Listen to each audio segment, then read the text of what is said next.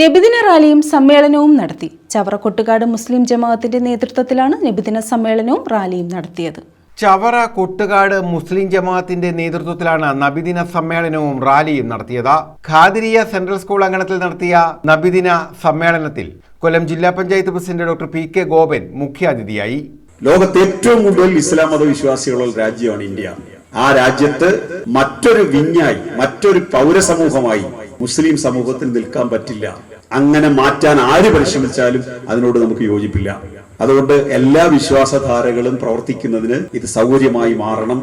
മുഹമ്മദ് നബിയെ പഠിപ്പിക്കേണ്ടത് ഇങ്ങനെ ഒരു ധാരയുടെ അടിസ്ഥാനത്തിലാകണം എന്നുള്ളത് ബാക്കിയെല്ലാം വിശ്വാസത്തിന്റെ ഭാഗം. അദ്ദേഹം ഉയർത്തിപ്പിടിച്ച ബാക്കി മതവുമായി ബന്ധപ്പെട്ട കാര്യങ്ങളെല്ലാം മതവിശ്വാസികൾ അതിൻ്റെതായ അർത്ഥത്തിൽ ആചരിക്കട്ടെ. പക്ഷേ മറ്റുള്ളവരെ ചേർത്ത് പിടിക്കുക എന്നുള്ളത് എല്ലാവരുടെയും ഒരു ആവശ്യമാണ്. നമ്മുടെ ജീവിതം അതാണ്.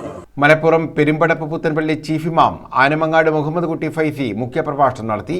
കൊട്ടുകാട് മുസ്ലിം ജമാഅത്ത് ചീഫ് ഇമാം അബ്ദുൽ അസീസ് ഷാമിൽ ഇർഫാനി അൽ ബുഖാരി ആട്ടീരി നബിദിന സന്ദേശം നൽകി. വിശിഷ്ട സേവനത്തിന് മുഖ്യമന്ത്രിയുടെ പോലീസ് മെഡൽ ലഭിച്ച ഹാഷിം മണപ്പുഴ, MBBS പരീക്ഷയിൽ ഉന്നത വിജയം നേടിയ അജ്മൽ ജെ എന്നിവരെ ആദരിച്ചു. മുസ്ലിം ജമാഅത്ത് സെക്രട്ടറി നൌഷാദ് പാലോട്ട് സ്വാഗതം പറഞ്ഞു. TM അനസ് അധ്യക്ഷത വഹിച്ചു.